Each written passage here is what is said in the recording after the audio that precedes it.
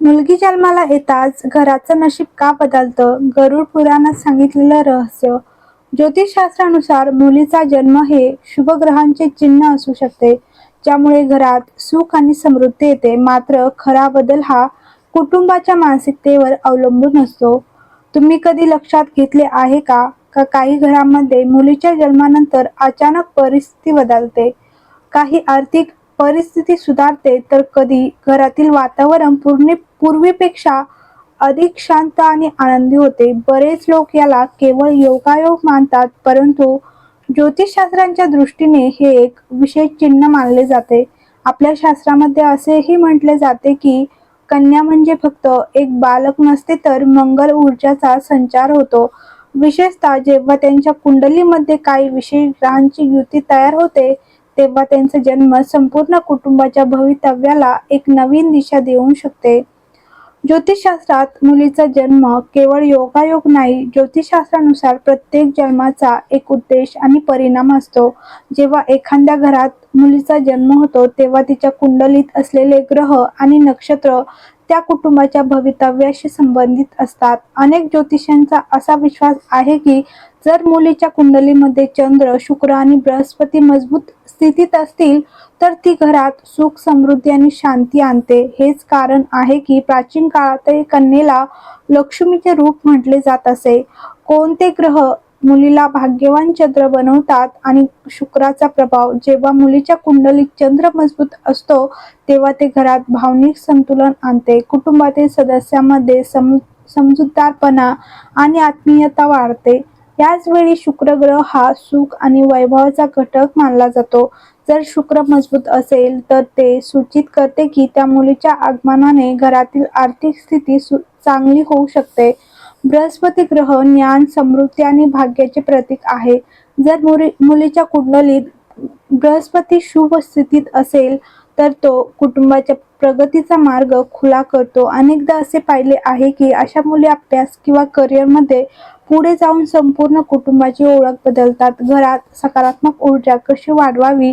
ज्योतिषशास्त्र केवळ ग्रहांपुरतेच मर्यादित नाही, तर ते ऊर्जेचा प्रभाव देखील समजून घेते. मुली स्वभावाने संवेदनशील आणि संतुलित असतात, ज्यामुळे घरातील वातावरण हलके आणि सकारात्मक राहते. तुम्ही अनेकदा ऐकले असेल की मुलीच्या येण्याने घर परके होते. ही केवळ एक म्हण नाही, तर अनेक कुटुंबांना येणारा एक अनुभव आहे.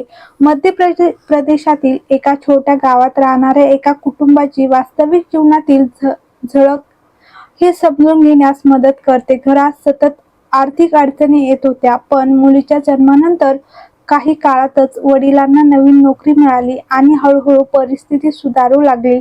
कुटुंब याला नशिबाचा खेळ मानते, तर ज्योतिषशास्त्र त्याला त्या मुलीच्या कुंडलीत केलेल्या शुभयोगांशी जोडते. प्रत्येक मुलगी आपले नशीब बदलते का? प्रत्येक मुलीच्या जन्माबरोबर लगेच मोठे बदल होतील असे नाही. ज्योतिषशास्त्र सांगते की बदल देखील हळूहळू येऊ शकतात. खरं तर मुलीचा स्वभाव तिच्या कुंडली, कौटुंबिक कुंडली आणि घरातील वातावरणाच्या योगावर अवलंबून असतो.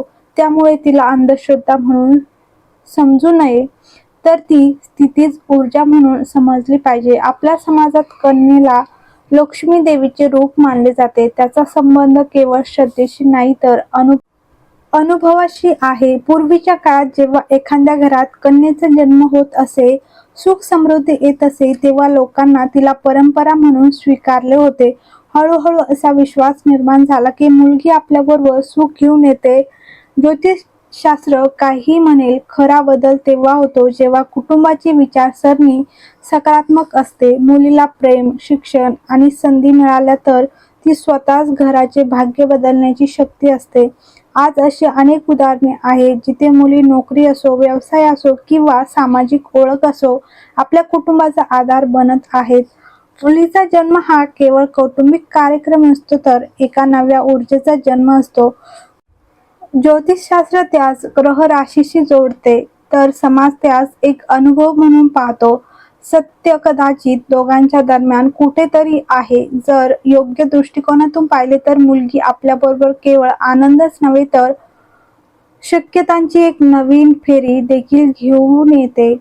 तर व्हिडिओ आवडला असेल तर लाईक करा, शेअर करा आणि चॅनलवर नवीन असाल तर चॅनलला सबस्क्राईब करा.